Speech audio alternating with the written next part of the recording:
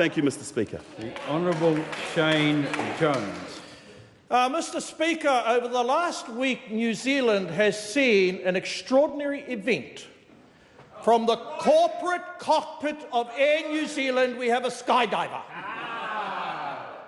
Now, of course, skydivers don't ordinarily use Air New Zealand aircraft. But where this aircraft, sir, flies, the seats are all first class, the caviar's rich, and the air's very thin, Mr Speaker, so thin that the occupants believe they can levitate, they can defeat gravity. As a consequence of pecuniary power, they don't need to obey the ordinary laws of political gravity, because skydiving, sir, means you dive low, low, and just as you arrive at your destination, you open a golden parachute. And that golden parachute puts you right, sir, in the middle of a reshuffle. But we also need to bear in mind, sir, that the term reshuffle can be just focused on as shuffle. Now, a number of us know the meaning of that word, sir, because it's almost Shakespearean. You know that great line from Hamlet, "In the sleep of death, sir? What dreams may come as we shuffle off the mortal coil." And that, sir, is the meaning of Luxon's arrival, a total absence of confidence in anyone sitting over there. A denunciation by Mr Goodfellow, aided by Mr Key. In fact, I have sought advice today, sir, as to whether or not the Ombudsman can assist me to provide access to John Key's emails with Christopher Luxon in Air New Zealand, which we largely own, about Mr Simon Bridges. I believe, sir, we'll link the three of them together. But of course, there are deeper problems other than the fact, sir, no one over there enjoys the confidence of the National Party board, which is why, sir, they've gone for the owner of a golden parachute plonking in the middle. Now, what else has happened this week, sir? There's now a lot of animus towards Mr Christopher Bishop. He has snaked over 19 other people to go to his current position. I feel very sad, sir, for the person who's going to be facing me to do with forestry, Mr Muller.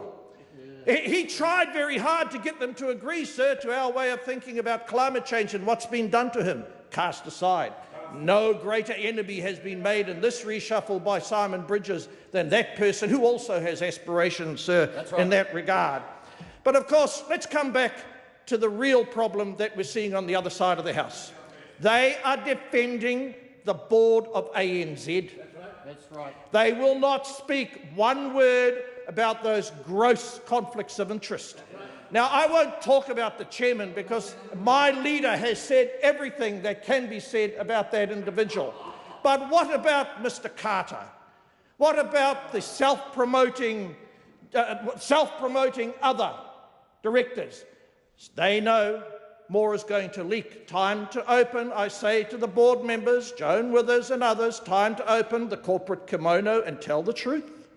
Because what actually gets you in corporate and political world, sir, is not so much the wrongdoing but the cover-up.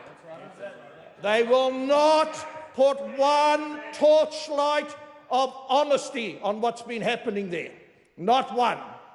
Now, of course, we will uncover what has been happening at the largest bank.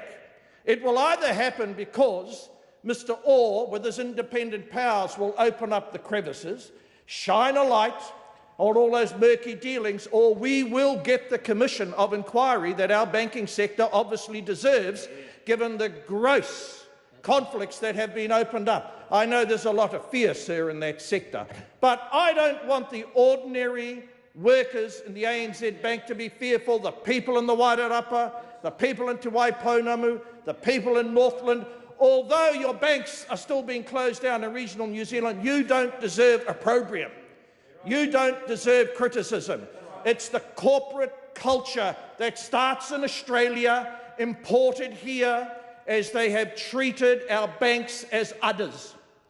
So, very shortly, although that side of the House is predictably quiet, we're going to get the answers, sir, that we want.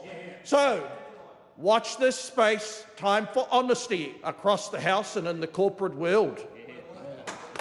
A point of order, the Honourable Paul Goldsmith. I seek leave for a 10-second extension to